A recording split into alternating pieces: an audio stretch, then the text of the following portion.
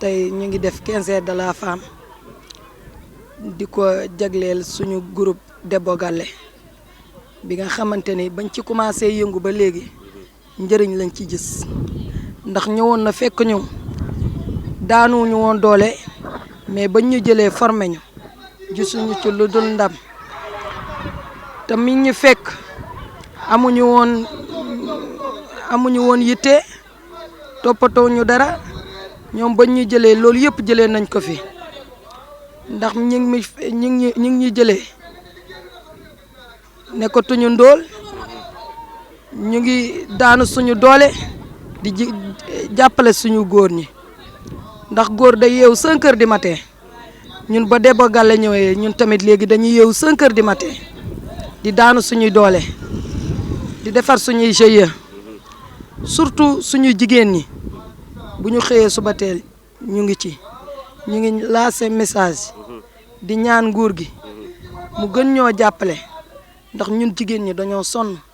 surtout Taba Darou Salam bu ñu jógee xëy suba ba jant so ñu ngi daw loolu la ñu bëgg nguur gi jàppale ñu ci te dañoo bëgg ngeen jàppale ñu ci bu baax wax bi moom du sori bu baax. waaw bëgg nañu financement ku ñu jàppale surtout suñu case de santé ndax bu ñuy motu dañuy am problème loolu la ñu gën a bëgg mu ñaax ñu ci ak xale yi mu jàppale ñu suñuy doom yi dañoo sonn suñuy jàng dañuy sonn amuñu oto bu leen di yóbbu te jigéen ñi dañoo xaw a néew doole loolu bëgg nañ mu jàppale ñu ci. tey donc bés bi ngeen jagleel ko jigéen. wallaay bis bi metti ñu tiis ñu lu ñu metti trop tiis ñu ndax suñu xarit la suñu mag la surtout man sama xarit la mu décédé ci accouchement ci ñàkk am case de santé ñàkk ambulance loolu tamit bëgg nañ ko trop ku ñu ci jàppale. waaw ci mbirum l'école tamit. école yi tamit sonn nañu ndax amuñu culture amuñu clôture amuñu ko te loolu tamit kuñ ci jàppale ñu jël. yéen daal mais mel na ni tey commune bi yëpp booloo ngeen tamit jigéen ñi daal am benn objectif mooy fexe ba suqaliwaat seen gox. incha allah loolu moom bëgg nañ ko ñu ngi jàppoo nekk booloo nekk benn di daanu di jóg ñu ngi xeebuñu dara tamit bu ñu déggee luy defar xale yi ñu ngi ci suñu déggee marché yi ñu ngi ci. ñun daal amuñu loo xam ne jigéen du ci yëngatu rek buñ ko déggee ñu ngi ciy wari pour ñu yëngatu ci. maa ngi wax ci turu ci turu relais Debbo Galle di encore rendre hommage sunu xarit boobu di sunu doomu ndey muy maire moom lañu doon rendre hommage tey mu ngi woon ak ñun ci Debbo Galle bi ñu ngi koy ñaanal fu mu nekk yàlla na ko gënal fu mu jóge nii te comme léegi. lan ngeen gën a soxla yitteewu quoi. ñun lu ñu gën a soxla fii nii ci à Taba Darou Salam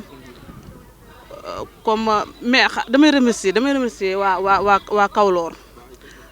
damay remercier waa Kawlor di remercier encore sunu GTC sunu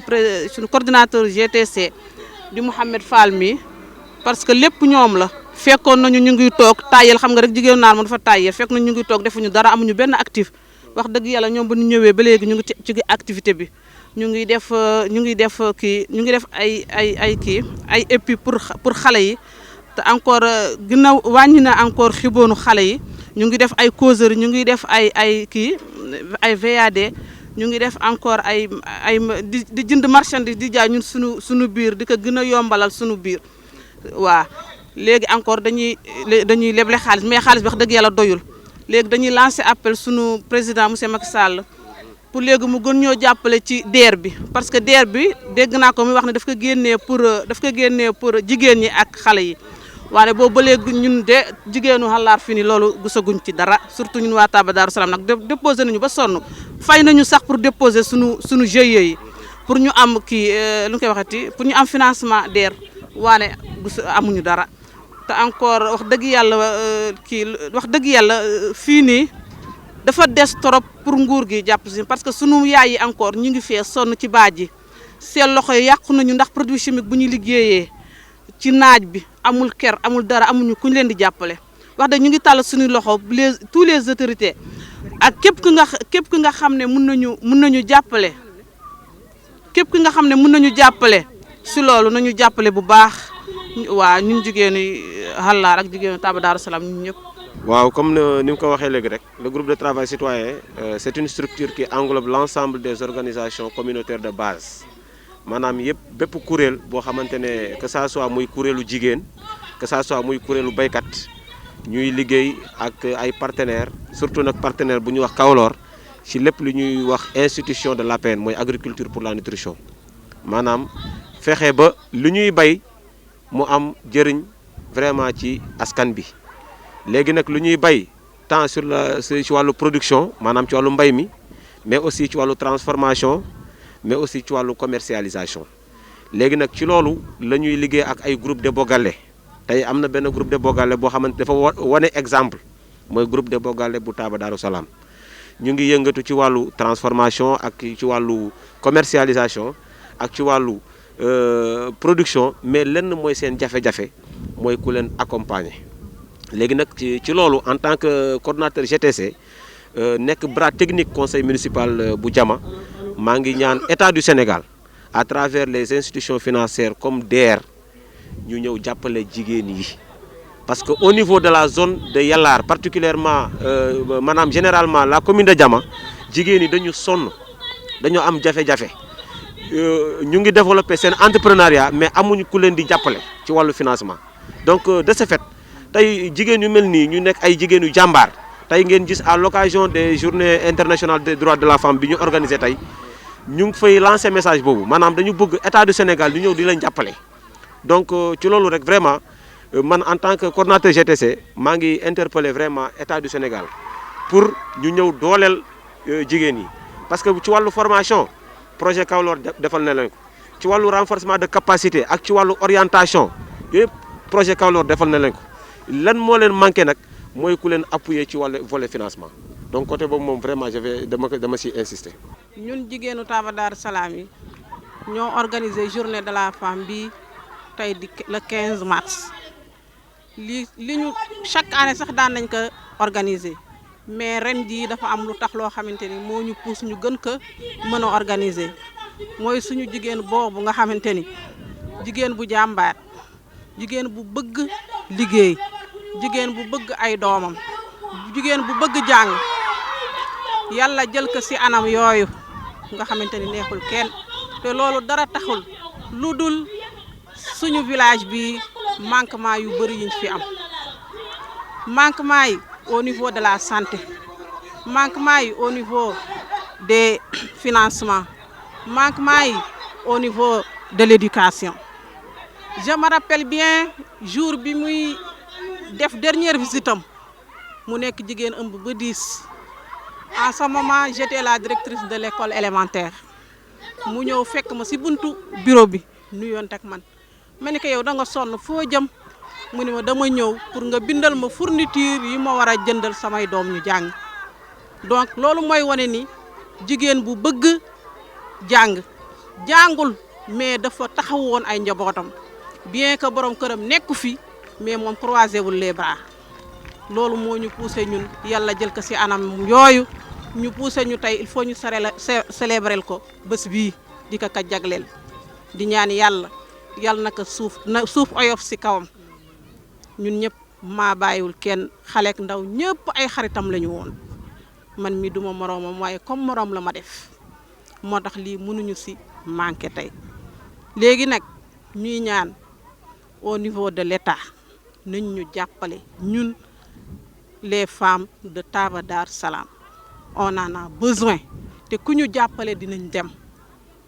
Nous avons une école sur la route sans clôture da ngay xëy balaa ngay def sa liggéey 9h presque ndax da ngay nekk di bale di yéeg xoolal école bi cours bi c'est pour la bétail xam nga ni loolu moom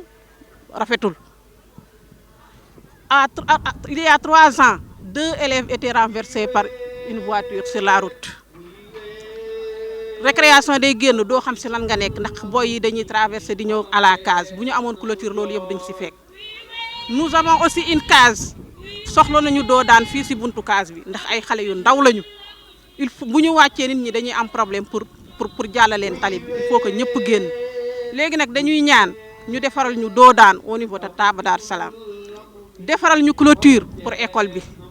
intervenir ci matériel yi table banc il n'a rien. amuñu table banc amuñu fourniture amuñu dara dañuy débrouiller jigéen yi rek ñooy xëy bien que fii jigéen yaa ngi fi góor ñi presque ñëpp a ngi ci àll ba te àll ba encore demeewul noonu jigéen mooy xëy di wut jox doomam ndékki di ko jox fourniture di ko jox lu muy duggee oto dem jama da ngay gis koo xamante am nga ñeenti doom ba ñeenti doom nga war a fay ay 25 000 30 000 pour le transport di ci jama 5 000 francs par mois c'est un peu dur. dëgg yàlla ñoo ngi ñaan le président mu jàppale ñu ci loolu jigéen yi ku leen jox financement dinañ dem ku leen jàppale dinañ dem. maa seen parrain du doomu localité bi aussi parce que fii la sama yaay juddoo fii la sama kër yëpp juddoo waaw ma gars yi jël ma comme parrain fi mu nekk nag dama leen di sigil waxtaan leen parce que xale jigéen yi fi nekk yëpp ay jigéen yu brave lañu yu am yitte lañu yu am jom lañu yu jàppale seen famille mais nag seul problème bi ñu jàkkoonteel fii mooy problème mu santé bi accès bi fi day métti surtout guddi gi. ku fi accouché tey on a même une femme bu décédé la fois passée ci guddi gi la c'est parce que on avait un problème de véhicule pour aller à Saint-Louis accéder à Saint-Louis day métti ça fait même pas 18 kilomètres de Saint-Louis vraiment bëgg nañu état bi jàppale nu da nga état bi ngi def effort sax mais bëgg nañu mu gën ñu jàppale vraiment kontaan nañu ci état bi mais nag dafa am lu des mosuñu accéder ci benn financement pour suñu famille nekk fii na leen jàppale bu dëgër maa leen sant di gërëm te xam naa bu ko président déggee di leen jàppale parce que président mi ngi ànd ak famille te ñun tamit ñu ngi ànd ak famille parce que toujours heure bu ñu ñëwee rek les femmes c'est journée de la femme la merci maa leen bu gërëm di leen sant